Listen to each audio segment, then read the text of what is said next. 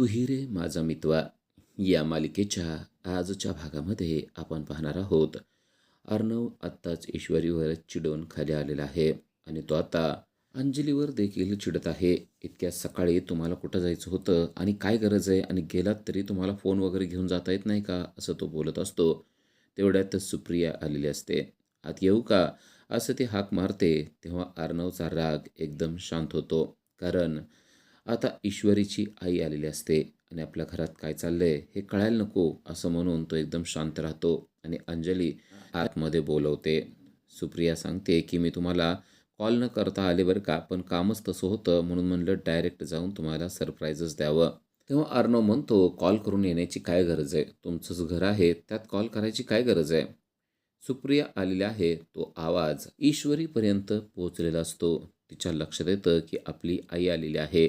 आईचा आवाज ऐकला की तिला कितीतरी बरं वाटतं आणि ती धावत पळत येते आणि आईला मिठी मारते आणि ती रडत असते.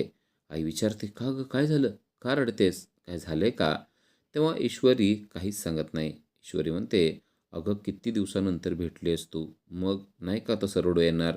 तेव्हा ती म्हणते, हो बरोबर आहे, ठीक आहे ना सगळं, असं देखील ती विचारते. तेव्हा ईश्वरी सगळं ठीक आहे असं सांगते. आई आता म्हणते, मी का आले तुला माहिती आहे का. ईश्वरी म्हणते, नाही माहिती आहे, कशासाठी आली आहेस तू. तेव्हा सुप्रिया हसू लागते आणि म्हणते, माझी मुलगी सासरी आता चांगलीच रमलेली आहे वाटतं. तिला आता माहेरच्या लोकांची आठवण देखील होत नाही. तरी देखील ईश्वरीला समजलेलं नसतं की नक्की काय झालेलं आहे आणि आई कोणत्या कारणासाठी आलेली आहे. ईश्वरी म्हणते, आई असं का बोलतेस, काय झालं सांग ना.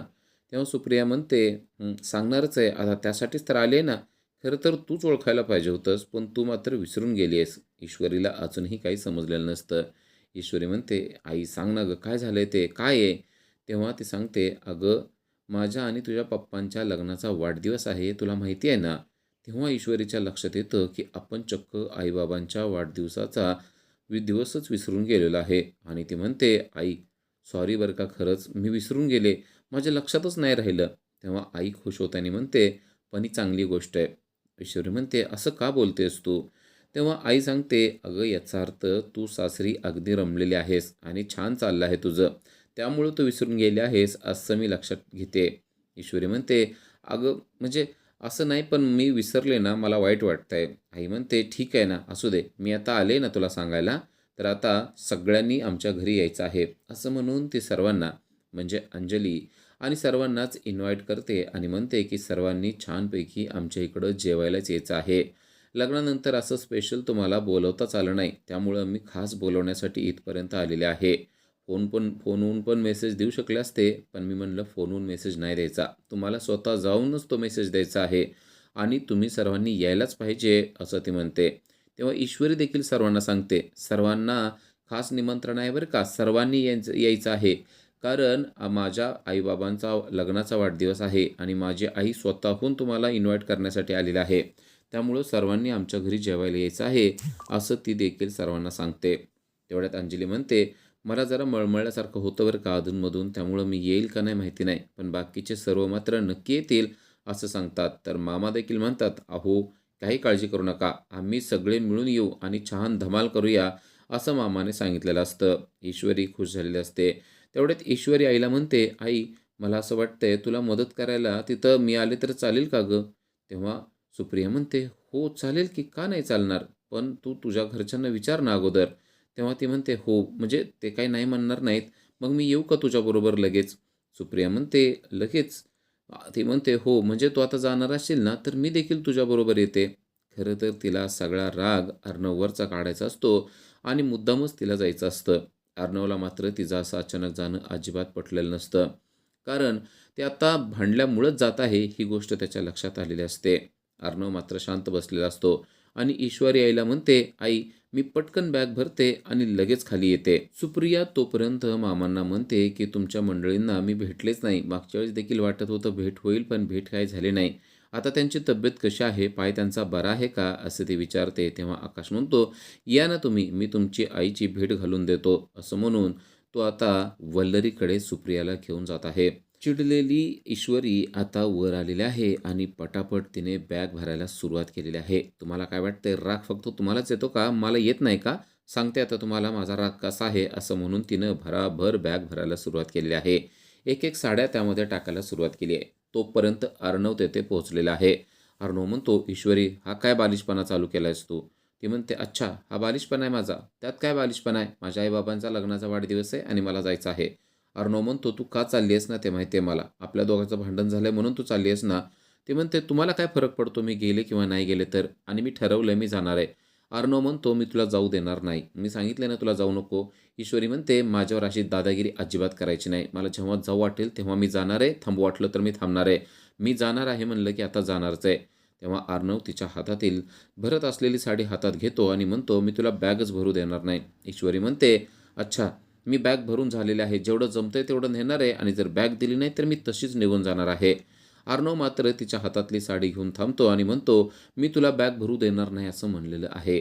तेव्हा ईश्वरी म्हणते, "ठीक आहे, ती हातातली साडी आहे ना, ती राहू द्या तुमच्याजवळच. नेसायची असेल तर नेसा. पण मी आता जाणार आहे म्हणजे जाणार आहे. तुम्हाला काय वाटतं, राग फक्त तुम्हालाच येतो? माणसाचं काय ऐकून घ्यायचं नाही, काय नाही आणि बोलायचा एकदा पट्टा सुरू केला की नुसते बडबड, बडबड करत बसायची. ठीक आहे, तुम्हाला तुमचं योग्य वाटतंय आणि खरं वाटतंय ना, तर तुमचं योग्य आणि खरं. माझं चुकतंय ना, तर ठीक आहे, माझं चुकतंय. मी निघाले. मी तुमचं अजिबात ऐकणार नाही." असा तोंडाचा पट्टा चालवून ते अक्षरशः अर्णवला एक शब्दही बोलू देत नाही आणि आता ती देखील रागाने निघून चाललेली आहे. इकडं वल्लरीच्या लक्षात येतं की सुप्रिया आलेली आहे. आकाश तिला घेऊन आपल्याकडे येत आहे. तिला आवाज आलेला असतो आकाशचा आणि त्यामुळे ती एकदम घाबरते. फोनवर बोलत असते तर पटकन फोन ठेवून टाकते आणि आता काहीतरी करायला पाहिजे असा विचार करून चटकन जवळच असलेल्या बेडवर पांघरून घेऊन ती चक्क झोपू लागलेली आहे. कारण तिला काही केल्या सुप्रियाला तोंड दाखवायचं नाही. कारण सुप्रियाला जर का तोंड दाखवलं तर आपला सगळा भूतकाळ समोर येईल आणि आपण सगळं हे मिळवलेलं ऐश्वर्य एका क्षणात निघून जाईल असं तिला वाटतं आणि ती चटकन झोपी जाते आणि तोंडावरून पांघरून देखील घेते. तोपर्यंत आकाश आलेला असतो आणि आकाश पाहतो तर आई झोपलेली आहे. त्याचा तर विश्वासच बसत नाही. तो म्हणतो, "काय माहिती? आई तर यावेळेला कधीच झोपत नसते, पण आज का झोपली काय माहिती?" आणि तो आईला हाक मारू लागतो. "आई, आई बघ ना, अगं ईश्वरीच्या आई आलेल्या आहेत, सुप्रियाताई आलेल्या आहेत, त्यांच्याशी बोल जरा," असं तो म्हणतो. पण वल्लरी जागी असली तरी डोळे झाकून शांत पडलेले असते आणि आकाशचा आवाज आला तरी आता तिला वळून देखील पाहण्याची इच्छा नसते. कारण चुकून जर का सुप्रियाने चेहरा बघितला तर मोठं आकांडतांडव होणार आहे हे तिला माहिती असतं. त्यामुळे ती चेहरा अजिबात दाखवत नसते. सुप्रियाला देखील ही गोष्ट जराशी चुकीचीच वाटते. दरवेळेस आपण येतो आणि यांच्यानी आपली गाठभेट का होत नाही असा प्रश्न तिला पडलेला असतो. पण ती आकाशला म्हणते, "ठीक आहे, असू दे. त्यांनी गोळ्या घेतल्या असतील आणि त्या झोपल्या असतील. त्यांना आता डोळा लागला असेल, त्यांना उठवू नको. आपण नंतर बोलूया." असं म्हणून ती आता बाहेर जाते. ती गेली की लगेच वल्लरी उठते आणि म्हणते, "बरं झालं, एकदाची पीडा टळली. पण अशी ही पीडा किती दिवस टळणार आहे काय माहिती. मला हिच्यापुढं कधीसुद्धा यायचं नाही." असं तिनं ठरवलेलं असतं. आता सुप्रिया हॉलमध्ये आलेली असते आणि मामांना सांगते, की "अहो, तुमच्या मंडळी झोपलेल्या आहेत.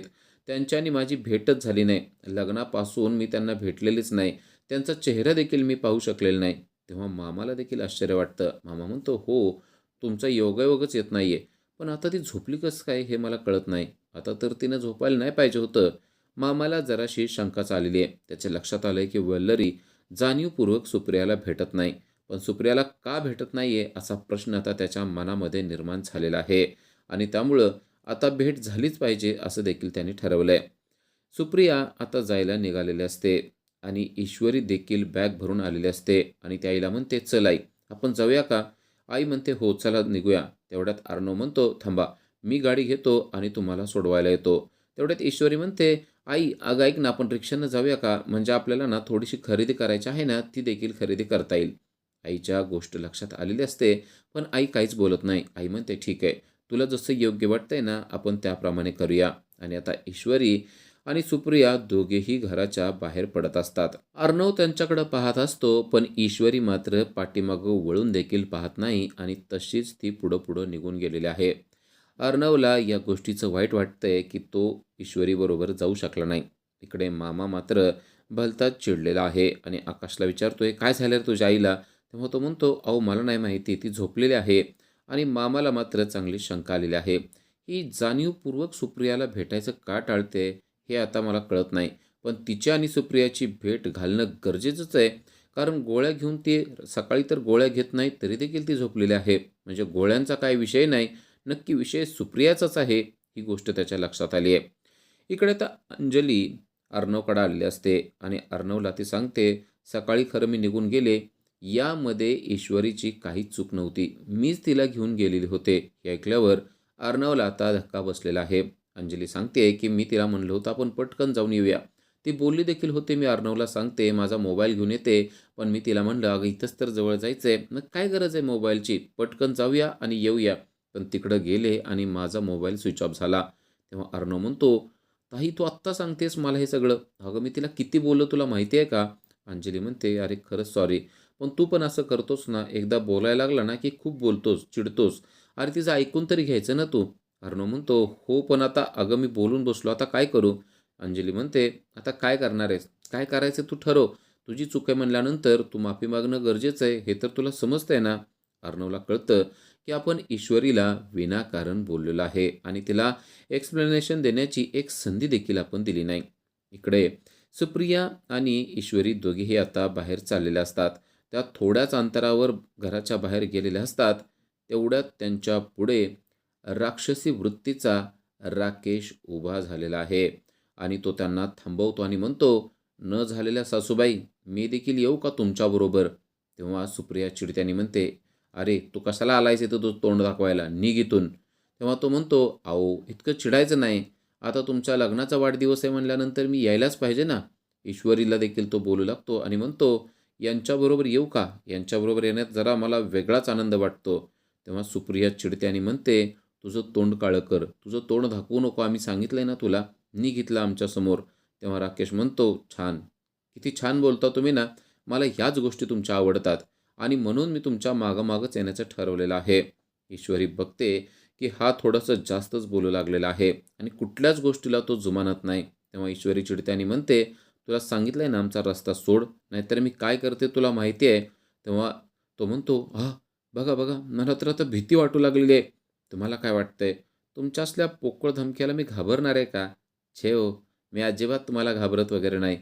तेव्हा सुप्रिया म्हणते, "तू घाबरत नसला तरी माझ्या ईश्वरीच्या पाठीमागे गणपती बाप्पा आहेत लक्षात ठेव. कितीही त्रास देण्याचा प्रयत्न केला तरी देखील ईश्वरीवर कधीच कोणतं संकट येणार नाही." असं त्या सांगत असतात आणि चिडलेली ईश्वरी आता अक्षरशः त्याच्या अंगावर जात जवळचं एक दांडकं उचलते आणि त्याला म्हणते, "मागं मिरचीची धुरी दिलेली आठवतंय ना तुला? आता हे दांडकं डोक्यात घालून ना तुझं डोकं फोडील. हे बघ आम्ही कुणाला सुद्धा घाबरत नाही लक्षात ठेव. फक्त देवाला घाबरतो. तुझ्यासारख्या राक्षसाला घाबरण्याची काहीच गरज नाहीये." असं म्हणून ईश्वरीने हातात दांडकं घेतलेलं असतं आणि ईश्वरीच्या हातातलं दांडकं पाहून राकेश खरोखरच घाबरलेला असतो आणि आता सुप्रिया आणि ईश्वरी दोघेही निघून जातात आणि राकेश त्यांचं काहीच करू शकत नाही. राकेश मात्र त्यांच्याकडे बघतो आणि म्हणतो, "असू द्या. एक चान्स गेला तर दुसरा मिळेल, दुसरा गेला तर तिसरा मिळेल. पण जोपर्यंत चान्स मिळणार नाही, तोपर्यंत राकेश तुला सोडणार नाही ईश्वरी, एवढं लक्षात ठेव. मी राकेश आहे आणि तुझ्यासाठी मी काहीही करू शकतो." असं तो त्यांच्या पाठीमागे बोलत आहे. यानंतर सुप्रिया आणि ईश्वरी दोघेही घरी पोचलेले असतात. सुप्रिया आणि ईश्वरी आलेले पाहून नम्रताला खूपच आनंद झालेला असतो. ती पटकन ताईसाठी आणि आईसाठी पाणी घेऊन येते आणि ताईला विचारते, की "तुझं कसं काय चालू आहे?" तेव्हा ईश्वरी सांगते, की "सगळं काही मस्त आणि छान चालू आहे.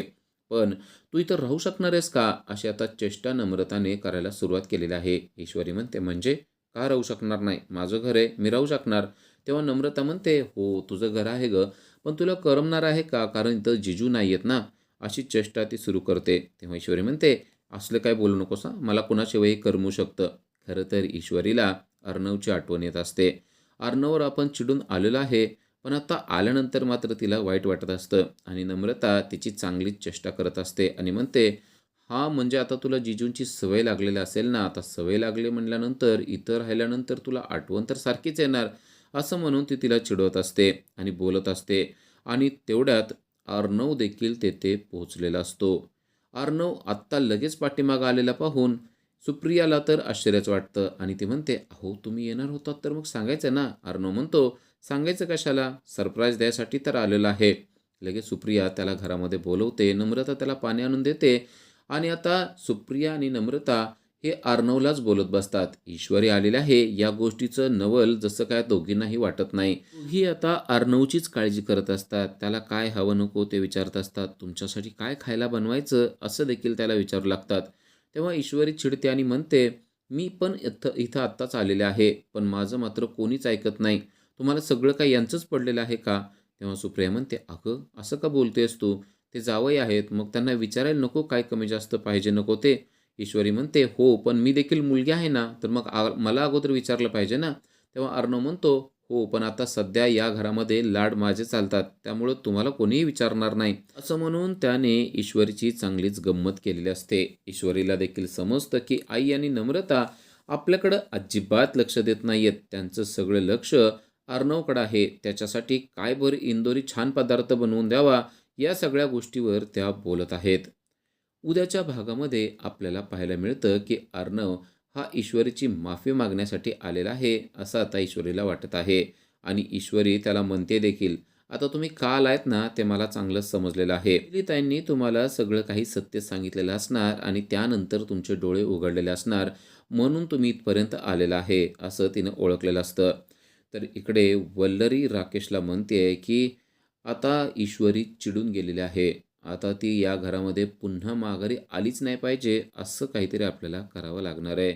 तर राकेश पण म्हणतोय, काही काळजी करू नका. आता ती या घरात पुन्हा येणार नाही. असं काहीतरी नक्कीच मी तुम्हाला करून दाखवेल. असं ऐकल्यावर वल्लरी तर जाम खुश झालेली आहे. कारण जर का इथे ईश्वरीच आली नाही, तर तिची आई पुन्हा येणारच नाही, या गोष्टीचा आनंद तिला होत आहे. तर इकडे अर्णव ईश्वरीला सांगतोय, तुम्हाला असं वाटतंय का मी तुमची माफी मागायला आलोय? पण मी तुमची माफी मागायला आलेलो नाहीये. असं म्हणल्यानंतर ईश्वरी एकदम आश्चर्यचकित होते. मग तुम्ही मागे-मागे कशासाठी आलायत? असा तिला प्रश्न पडलेला आहे. पण अर्णव नक्कीच तिची चेष्टा करत आहे. खरं तर अर्णव तिची माफी मागण्यासाठीच आलेला आहे. कारण अंजलीकडून त्याला समजलंय की अंजलीचीच या सगळ्यामध्ये चूक होती. ईश्वरीची काही चूक नव्हती. पण आपण ईश्वरीवर रागवलोय आणि आता तिची माफी मागणं गरजेचं आहे हे त्याला समजलंय.